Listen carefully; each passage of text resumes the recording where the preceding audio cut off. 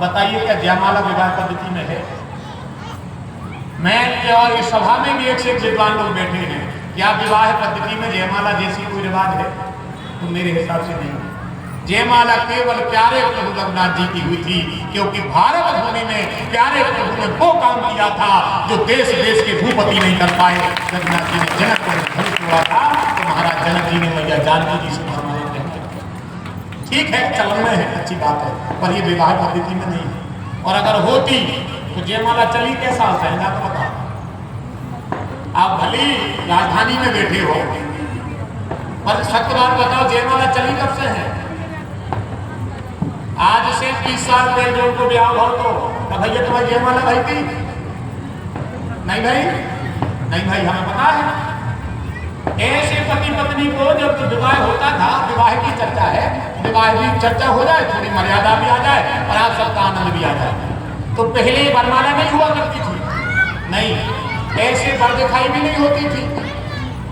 ऐसे ही जो आप इसको एंगेजमेंट बोलते हो, ये होती नहीं थी।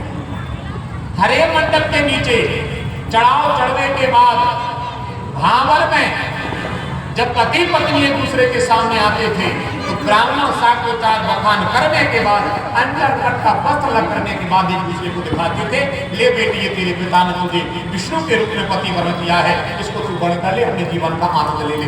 ये विवाह की मर्यादा है। अब विचार करके, अब मर्यादा कहाँ आ गए? अब विचार करके, पहले मर्यादा थी कि अपने समाज से पंडित जी संबंध पक्का करने जाते थे।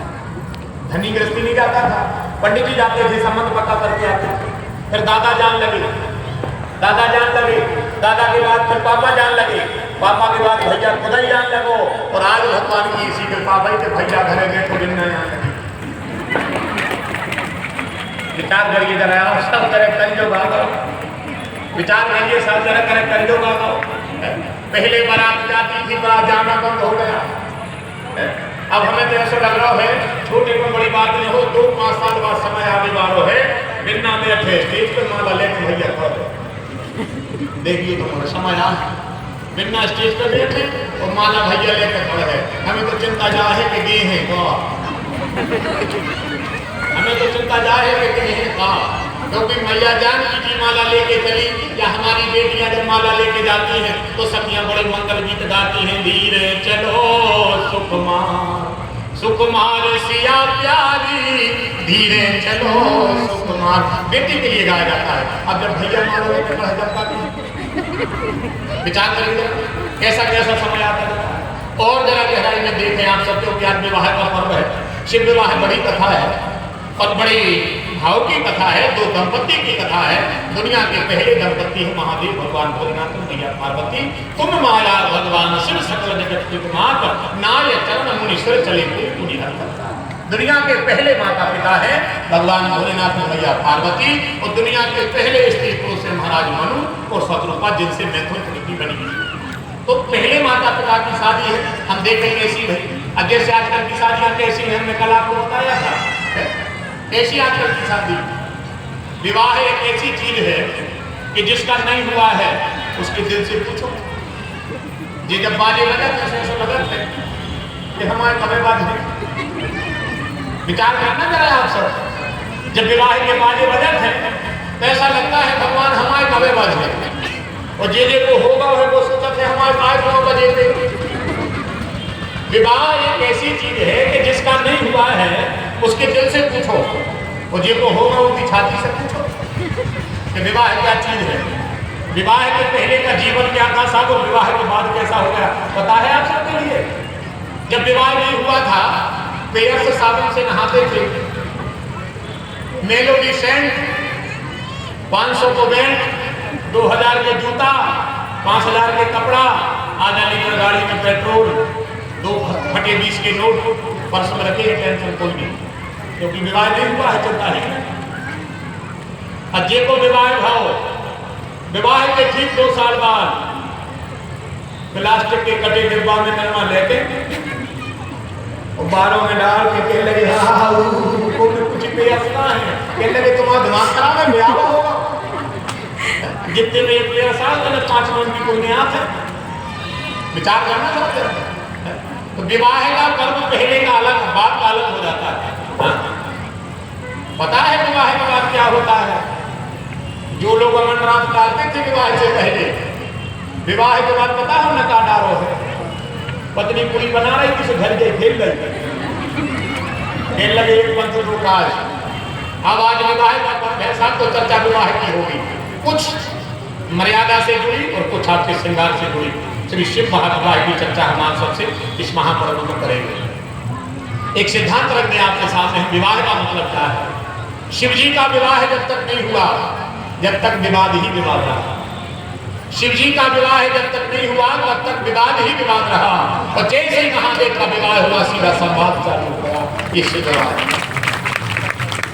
शिव विवाह से पहले विवाद ही विवाद, और जैसे विवाह हुआ दोनों पति पत्नी कैलाश पर बैठे, वर्ण पद धर धर्म सृजनय करे कमजोर और वर्ण पर विसर्जत सबके सिद्धांत निचोड़ दोनों पति पत्नी के जीवन में राम कथा का संवाद चालू हो गया। दंपति बन गए, योग दंपति। अपन विवाह से पहले संवाद ही संवाद, इतना संवाद में बता नहीं सके। लड़का जब देखने गए और पपीता रखो है, आम रखे है, काजू है, किस किस खा जा रहे हैं, लड़का बहुत अच्छा है, आप संबंध कर दो, ऐसी तारीफ हो गई है। और मैं तो ये मानता हूँ कि पता है विवाह कैसे होता है। प्रेम के 2-3 झूठी बोलने में मामा और 2-3 बोलने में फूफा, तो कौन जी जाने और वो 2-3 झूठी बोल देंगे तो ठीक 2 महीना बाद दरवाजे गाना बजाते आज मेरी यार की शादी, पर जीवन भर पे झूठी बोल दे मम्मा फूफा और जीजा, और कोई ने साची साची कह रही कि हम तो विदे ही तुमने विदो मन में साची कहता नहीं। विवाह केवल इतने में होता है साहब, इससे ज्यादा में नहीं होता। हाँ, लोग कहते विवाह भजन करने से होता है, अगर भजन करे थे तो विवाह हो तो आज रोटी बना रहे होते, आधों में होते। 3-4 काम भगवान सेठ में करते थे, सुनो आप ध्यान से। 3-4 कौन कौन बोले? क्या सेठ की बात में क्या क्या है पता है? बोले सोतेदारा आज लक्ष्मी प्रभु पापी को भी दे, वो संत मिलन और हरि कथा जग में दुर्लभ दो। भाग्य से मिलती है 3 चीजें, संत मिलन हरि कथा और दंपति के लिए बेटी। जिस माता पिता को बेटी के माता पिता बनने का सौभाग्य मिला है, मैं उनको जरूर बड़भागी मानता हूँ, क्योंकि बेटा मरने के बाद तुम्हें वैकुंठ देगा या नहीं देगा इसकी गारंटी नहीं है। पर बेटी जिस दिन हरे मंडप में बैठेगी, जिस दिन पिता उसके पीले हाथ पर है, उसी दिन बेटी पिता को वैकुंठ का दरवाजा खोल देती है। और किसी ने कहा भी है कि बेटी पिता के लिए जीती जी वैकुंठ की चाबी है, जीते जी वैकुंठ की चाबी है बेटी पिता के लिए। बेटी की ये महिमा, बेटा मरने के बाद तारे या ना तारे इसकी गारंटी नहीं है।